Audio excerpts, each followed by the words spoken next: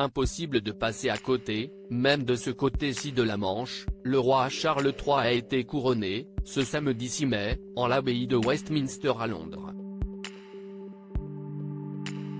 Si l'enthousiasme des Britanniques demeure présent bien que moindre, la cérémonie ayant captivé moins de téléspectateurs que les funérailles de la reine Elisabeth II, il n'est pas toujours compris en dehors des frontières du Royaume-Uni.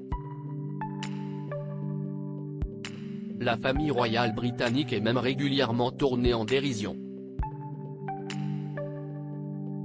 Ce lundi 8 mai, c'est l'humoriste Philippe Caverivière qui s'en est donné à cœur joie, au micro de RTL, en proposant aux auditeurs qui auraient manqué l'événement un condensé caustique des festivités du week-end.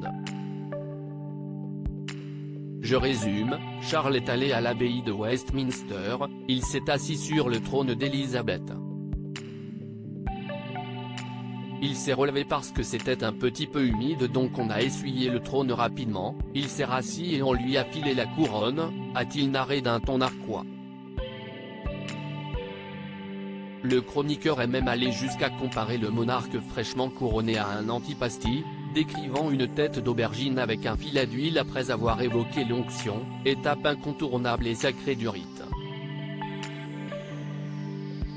Loin de se contenter de cette comparaison tout sauf flatteuse, Philippe Caverivière en avait une autre en réserve au moment d'évoquer la parade du couple royal, Charles en carrosse, c'est un mélange entre Cendrillon et Dumbo.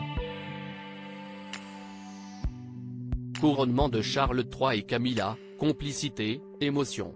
Retour sur les moments forts de la journée et la reine Camilla également moquée par Philippe Caverivière. La reine Camilla n'a pas été épargnée par l'humoriste qui officie également tous les samedis soirs dans Quelle époque ? Sur France 2.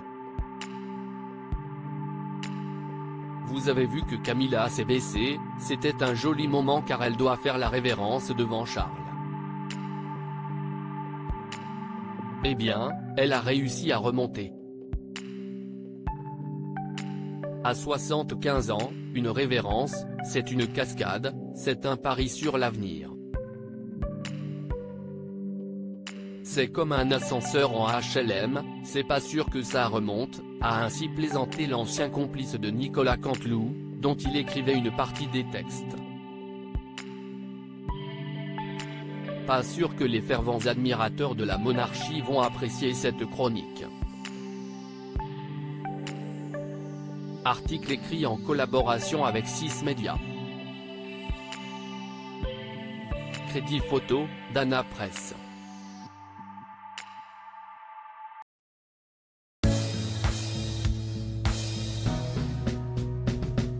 But there's all times through the rough times